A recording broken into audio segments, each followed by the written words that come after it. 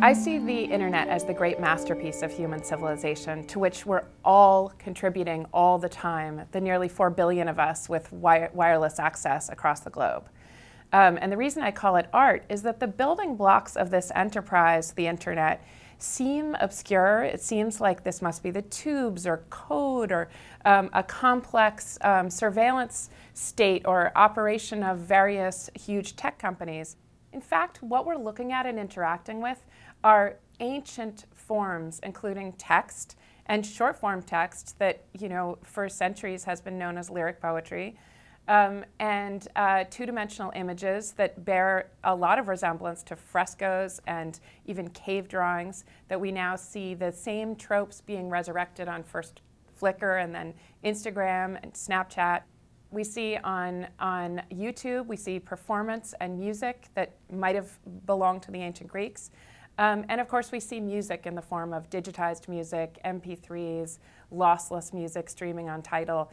So it's very difficult to me to see it as not art. These are exactly the building blocks of civilization, the artifacts that have determined civilization and increasing civilization. So rather than see us as going to more coarseness and barbarism with the internet, I see this as increasing civility, increasing organization, and a natural progress of civilization. The internet does have the hallmarks of a move, that we see in the culture since ancient times to increasing abstraction. So where online, where certain interactions might have taken place in an actual mob with actual fisticuffs, now you see those things happening on Twitter in the so-called Twitter mob with a kind of symbolic aggression that is can be just as unnerving to witness, but as far as damage to physical bodies, it's much kinder. And so, there is a great book about the arguments for capitalism before its triumph by a writer, Albert Hirschman. And he argues that he points out that capitalism had a sweetening effect. He says it calls it a sweetening effect, douceur. It brought more, a level of civilization. Commerce brought a level of civilization to what might have been a warlike interaction among peoples. And, I see the internet as on a continuum with that. I also, like many other writers, especially early writers about the internet, see a religious and almost theological component to the internet. I came to the internet by chance in 1979, ARPANET era, the era of the Eve networks. I was a child.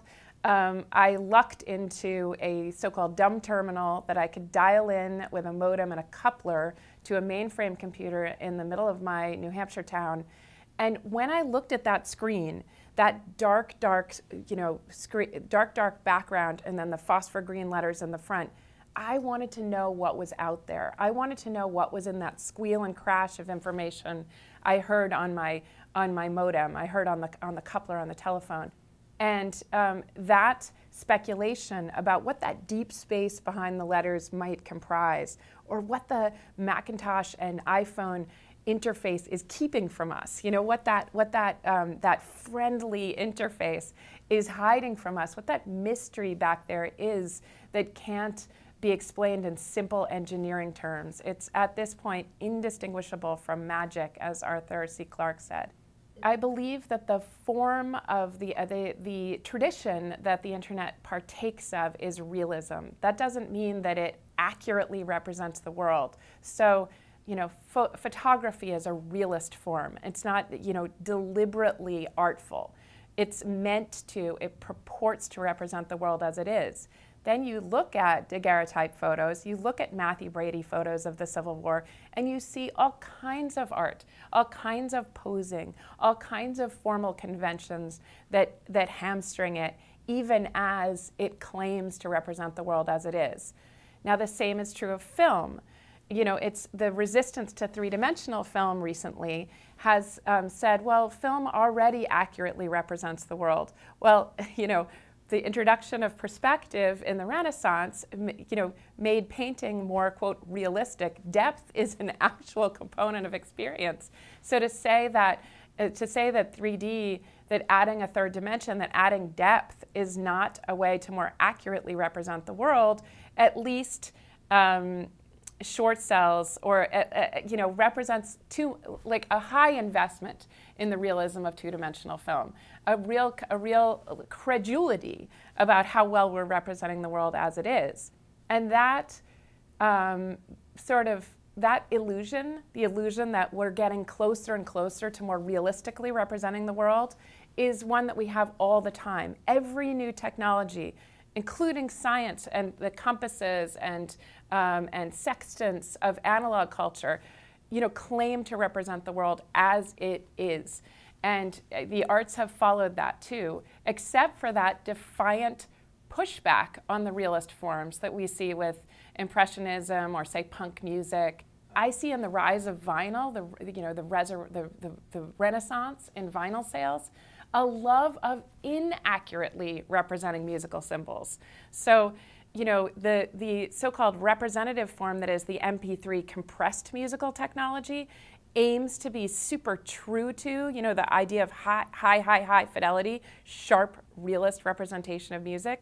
Well, the vinyl sound, the muddier sound, the more mediated sound, the sound that signals that there are dust particles and air and depth and grooves, has a certain humanness to it that the Impressionists captured when they left off trying to capture the world as it is and captured a subjective experience of the world. So yes, I believe that the illusion that the internet not only represents life accurately, but is life, is an illusion, and it's an illusion we should be very aware of.